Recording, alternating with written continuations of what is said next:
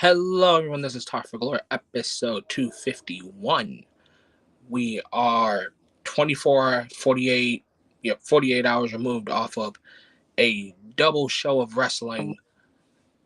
We are done with the Paloozas. Now we are all out, in a sense. We are also, 2 hours away from Monday Night Raw? But none of those things matter because we are in the here, we are in the now. And you guys got predictions already, so the natural order of things means next is review. And I'm here to bring you AEW's All Out review. But before all of that, you guys already know, introduction is always a must. I'm Enigma V4. This is episode 251. And I'm here to bring you AEW's All Out review. But, hey, Weeb, what's up, man? I hope you had a great birthday. Again, I wish you a happy birthday. The only thing different about this stream will be it's going to be a Champions Edition. So if it's not a championship match, I'm not talking about it. Yes, the Mark Briscoe versus MJF match was great to see. I was so happy. Mark Briscoe got his justice, did it for the Briscoe name. But yes, this is the All Out Review Champions Edition. So only one way to start us off. It is to talk about the person with the most belts here. It is the CEO, the standard bearer, the blueprint, all these things. Mercedes Moné versus the first ever AEW Women's Champion, a former high-speed champion as well, in Riho. So, I hate that we barely see Riho. It's as though she is part-time, and that's nowhere near the case. One of the funniest things about Riho, well, a Riho match is, wow, she can go. She can go, and I'm probably a part of the group of people that want more Riho. And in this match, I didn't really hear a lot of people talk about like, oh, Mercedes elevated Riho or anything like that. Nothing asinine like that, which I'm so happy about. I was happy that this was a match that Mercedes and Riho both looked good in, and the fandom was also split on it. Not in the sense of, oh, maybe Riho's going to win or maybe Mercedes is going to retain, but more of both parties look good here.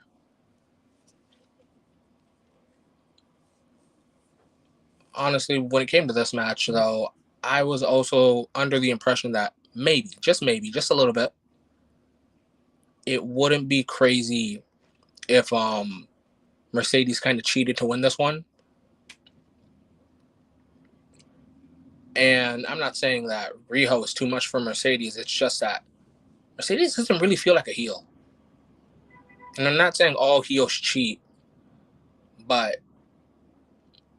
it just didn't feel like Riho had any chance of like winning or like that she was getting pushed towards the edge. But it definitely did feel like Riho was just like all over the place, and I did love that. Again, I've said it before, like let's bring her back in Stardom. That'll be pretty fun. But honestly, this match didn't need to be all that for me to talk about it. It didn't be one of those, oh, let's make it like a 20-minute match or so. I was just happy that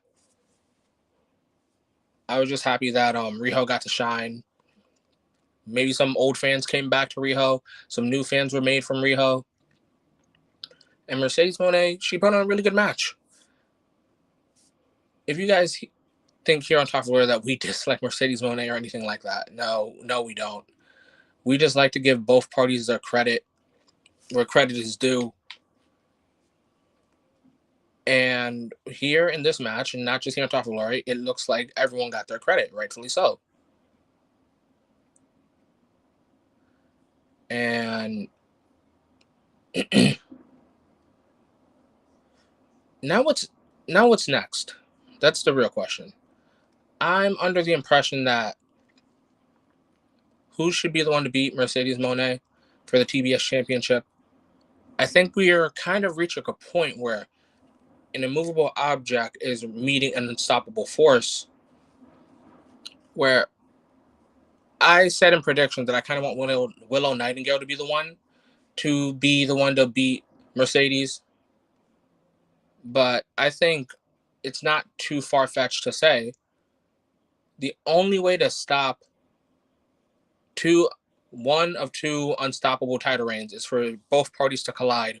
So who knows? Maybe the only way to stop Mercedes Moné is to have a winner-take-all match against the forever Ring of Honor Women's World Champion, Athena. So what do you guys think about that? A winner-take-all match between Mercedes versus Athena. Whether that be at a Ring of Honor show or an AEW show, I think both of those unstoppable champions need to meet one more time with everything on the line. Also, I see that there are 5 people here for Talk for Glory. Welcome to Talk for Glory. Next on the list of championship matches, it is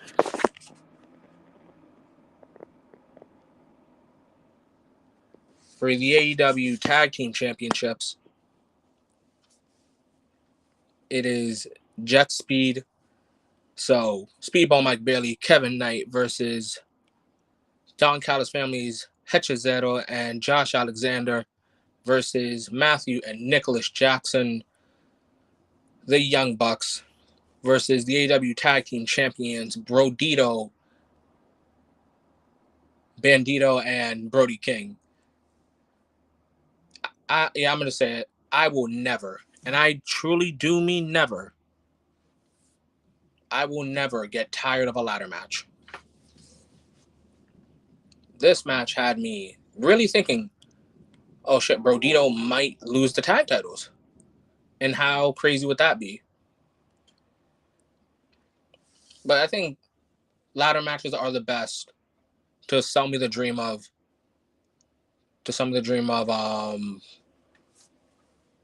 anyone can win this match.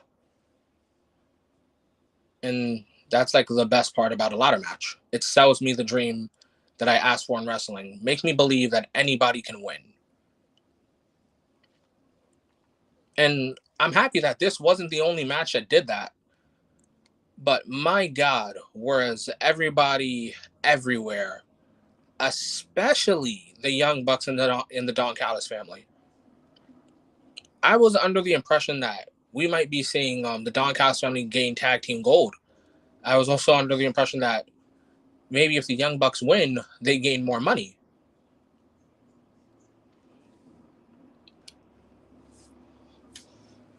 And Jet Speed is just awesome. Like the jokes of me wanting Kevin Knight in the Hurt Syndicate, like that's real. But Speedball Mike Bailey, I didn't watch him TNA, but I did watch him when he joined the Best of Super Juniors. I believe it was 2 years ago. So 2023. Honestly, I did not think that the pairing was something I needed. And then Bandito is, again, one of those makeshift tag teams I just did not know was awesome. I know, he's hitting a couple people's like Wrestler of the Year or Breakout Star of the Year. And, here on Talk for Glory, might have to invite some people. We might have a discussion about it. But I love the fact that Hechizero, despite it being a ladder match, still decided I'm still going to add some technical wrestling in here. I'm still going to add a little bit of some submissions in here. Also, this might be a weird want, but now I kind of want Hechizero versus Speedball Mike Bailey. I don't think that's too crazy of a want. The Young Bucks are going to show up. Maybe this is in their best ladder match catalogs. Actually, you guys let Talk for Glory know. What is your favorite Young Bucks ladder match? They've had plenty over the years. They've had ones against the Hardys, against the SCU, against the Motor City Machine Guns. all of these ladder matches, and we're kind of at a point where it's just like, damn, like you guys really don't miss. But yeah, you guys again, let Talk for Glory know what's your favorite ladder match from Talk for Glory. I mean, from the Young Bucks.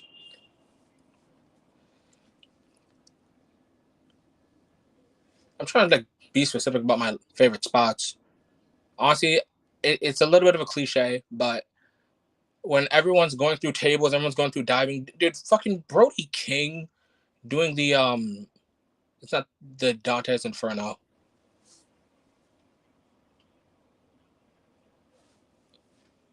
There we go. Versus Lucha Bros. Thank you, Weeb. Yes, the Young Bucks have had so many matches, so many ladder matches. And I'm just under the impression like, hey, these guys are just ladder match specialists. And now I will say Brody King doing his finisher through a ladder looked like it hurt him more than it hurt him. I believe it was Speedball Mike Bailey did it too. And speaking of Speedball, that dude doing a backflip double knees on the Hechizato, which I think he missed. I think. Or he just caught all of Hechizato's head, which I would just call that decapitation. That had to hurt him more than it hurt Hechizato. Josh Alexander and Brody King need to fight 1v1 now. So come the C2, I need Hechizato, Brody King, Josh Alexander, and honestly Speedball Mike Bailey all in the same block. But all the chaos didn't stop the current champs from retaining. So congratulations, Bro Dito, on retaining the tag team championships. I hope this is a long and luxurious reign. One that we either may be talking about for tag team of the year, maybe we may talk about it for maybe they'll have match of the year. But let's also talk about the aftermath of the match. That being the return of, I guess, no longer the scapegoat. But it's funny that 3 people here hold Talk for Glory awards. The 2024 Comeback of the Year award winner, Jack Perry, confronting his former friends, the Talk for Glory Tag Team of the Year, the Young Bucks. And I guess he meant it when he said, next time when you guys want to stab me in the back, if you guys watch Being the Elite, you guys know what that means. But there was no handshakes, there was no ha-has, there was no hugs, there was no welcome backs. Jack Perry went straight for the Bucks. The Bucks hit that super kick, and just as about to hit the EVP, the BTE, I don't know what names they got for that move now, but just about to hit the trigger, Jack Perry with his iconic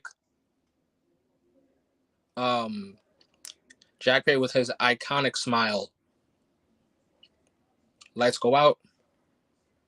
Frankenstein video plays. It's Luchasaurus. And with that, Luchasaurus appears. You guys know the rest. And the music plays again. You guys know what I'm talking about. Can't play for copyright reasons. But you guys might know the Jurassic Express theme song plays, and it just showers the arena. I don't think I've been this happy to see a tag team in AEW reunite in a while. And it's funny because I actually think Jack Perry was doing great as a singles wrestler. So maybe Jurassic Express are on their way to winning tag titles in the future. We'll have to wait and see. And now, it is time for the AEW Women's World Championship Fatal 4-Way. It is Timeless Tony from the 2024 Top 4 Women's Wrestler of the Year versus the Toxic Spider, Thekla, versus the hardest hitter in the AEW Women's locker room versus the most underappreciated, Chris Statlander. I walked into this match thinking that Thekla would win. I was really under the impression that the AEW Women's title would become toxic. But I just gotta say, as a character, Toni Storm is fucking phenomenal. I cannot stop smiling every time she's just on screen. And I have a lot of great friends that are huge Toni Storm fans. But I think my biggest moment for Toni Storm, outside of getting pinned, is when Declan's done doing her spider walk and Toni Storm just kicks her leg out, going, "I hate spiders," or "I hate bugs." But Thekla was awesome. Oh my god, just Thekla might be one of the better signings this year of AEW. And Jamie Hayter, I'm glad that it wasn't Jamie that won this match, because I think the story of Toni Storm and Jamie Hayter is a match that you can do with and without a championship. So if they ever want to run that back, by all means, go for it. Hell, maybe you give us Jamie Hayter versus Toni Storm at All In. But again, the most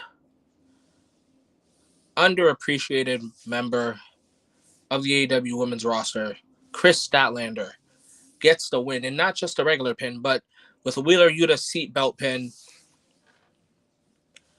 And I think we're all just going to ignore the fact that she used Wheeler Yuta's pin finisher.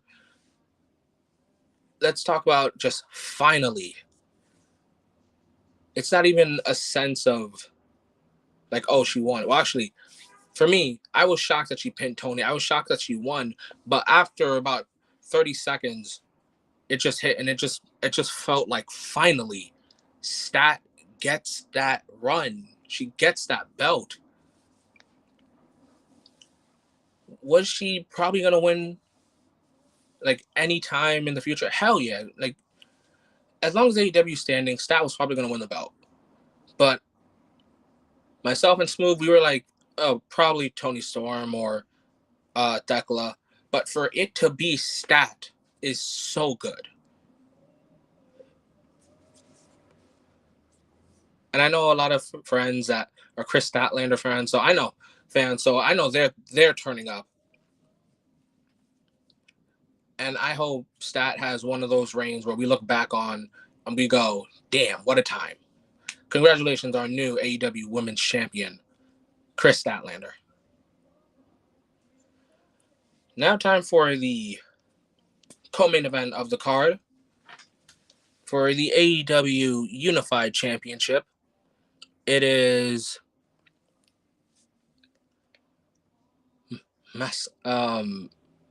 damn, I was about to say fucking Lindsay Dorado. Mascara Dorada versus Konosuke Takeshita versus defending champion Kazuchika Okada. Yeah, this match was awesome. This match was fucking heat. I don't know how much praise I can give this thing, just because this was the perfect amount of sell me the dream that anyone can win, and also the don't forget about me trope that I talk about in triple threat matches. Because Mascara, he definitely made sure that Takeshita and Okada didn't forget about him. Did people think the focus is Okada and Takeshita? Absolutely. But like I said, Mascara reminded those two and the fans, don't forget about me.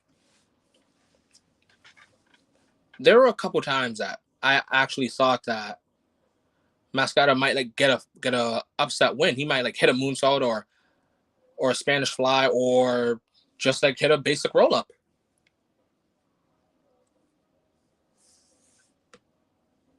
There are way too many things in this match, especially the stare downs between Takeshita and Okada, where it's that if they could, they would genuinely just go after each other. But again, Mascara made sure that they didn't forget about him, because if they did, Okada wasn't walking away with that belt, and Takeshita wasn't keeping the title in the Don Callis family.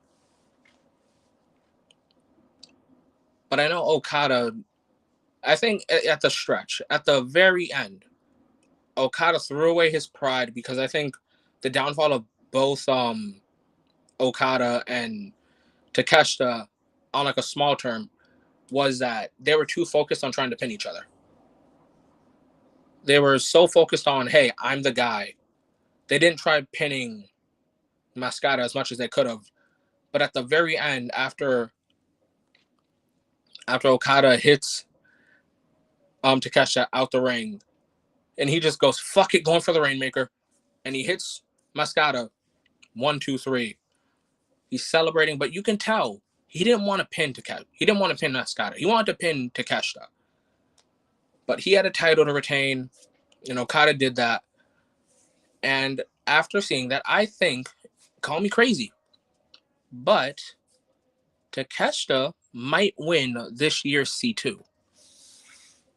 I could see a world where Takeshita is the first and only man to win 2 round robin tournaments in the same year. If it's never been done before, Takeshita's number 1. If it has, someone fact check me. But congratulations, Kazuchika Okada. You did it. You escaped with your championship. You barely did it, but a win is a win. Now we're about to hit the main event, guys. So apparently you guys can't hear me when I'm saying the socials. So you guys already know what to do. You guys know to follow the socials, screenshot, do whatever you would like. Just make sure you.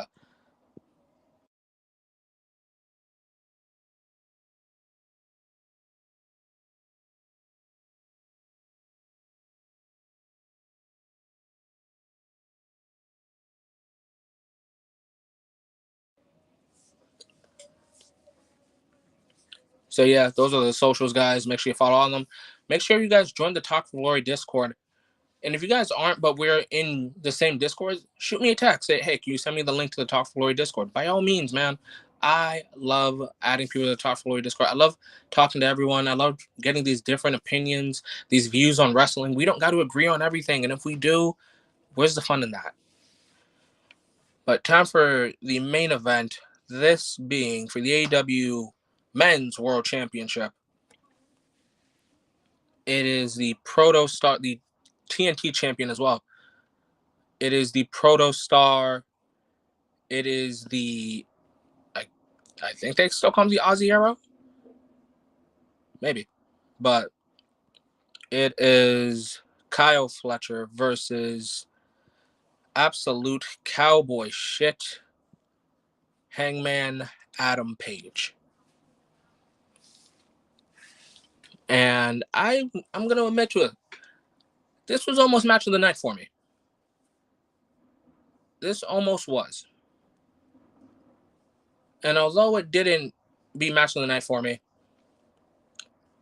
it did so much for me. One, that whether it's a short match or a long match, Hangman can go.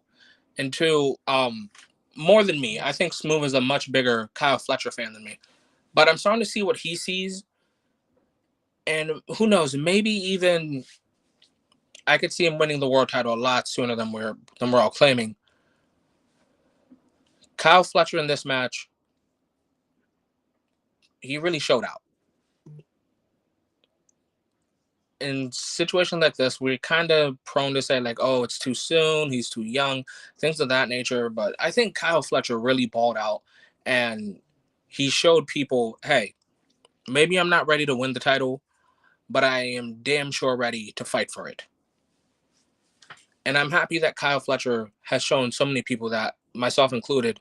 I know Smoove definitely sees like Kyle Fletcher being a future world champion. I don't know when. Maybe next time he's here, he'll probably say, yeah, I think he should win the title by like the beginning of 2026 or something like that. But I think that Kyle Fletcher definitely showed out. Hangman, on the other hand, though, Hangman is on a constant fight or flight mode. And I think every time he defends that title, it is a defense for the people. It is a match that he's doing this for the people. Yes, he's defending his title, but he's also making sure that the people are seeing why he is the main character, the hero of AEW. Because as long as Hangman is champion, I feel like there's a positive light that surrounds AEW. Maybe that's just what I see. Maybe that's what others see. But as long as he's champ, as long as it's cowboy shit, AEW is gonna be great. Now, little spoiler for I guess January, December-ish. Hangman is currently in the running, probably top 2. Hangman is in the running for Superstar of the Year. Now, whether he's ranked number 1, maybe he's ranked number 2, it all varies on discussions, on matches, on moments, on victories, all these things. So I just want to know for future. Right now we're in September. Who is your current Superstar of the Year? Because right now it's looking like cowboy shit. But be all and end all, congratulations, Hangman Adam Page, on retaining the AEW Men's World Championship. Kyle Fletcher, not today, not tomorrow, not next week, maybe not next year, but soon he will be a world champion. With that being said, guys, that was the AEW All Out Review 2025. What's the next video? I don't know. I do know that there is a Stardom show. I do know that. Will I do predictions on that on the miniseries? I don't know. I know that King of Pro Wrestling is also coming. I don't know if I'm reviewing that. So who knows? Maybe this might be like a break from Talk to Glory for a bit. But this is all ifs and maybes. I don't know. But what you guys can do for certain is drop a like, drop a sub, comment down your favorite match. Also, I just want to get this off my chest right now. I'm not reviewing WrestlePalooza. 5 matches, 1 was good. You guys don't deserve to just have a 1-match review. That is an honest disservice to everyone. That is a disservice to viewers. That is a disservice to my time. But I guess I'll throw it out right there. Io versus Stephanie was the best match. If you guys want to have a one-on-one discussion about that, let's have it. But yeah, congrats, Steph, on becoming world champion. But yeah, back to AEW. I don't know what their next show is, but this was fun. It wasn't better than All In, and it's probably better than Forbidden Door. But I hope you guys enjoyed. You guys let Talk for Glory know what your favorite match was, and you guys already know. Follow the socials, join the Discord. Don't take wrestling that serious because it's not that deep. Yeah, guys, and then you guys already know the outro. Stay safe. Have a great day and or night. Touch some grass. And most importantly, enjoy wrestling.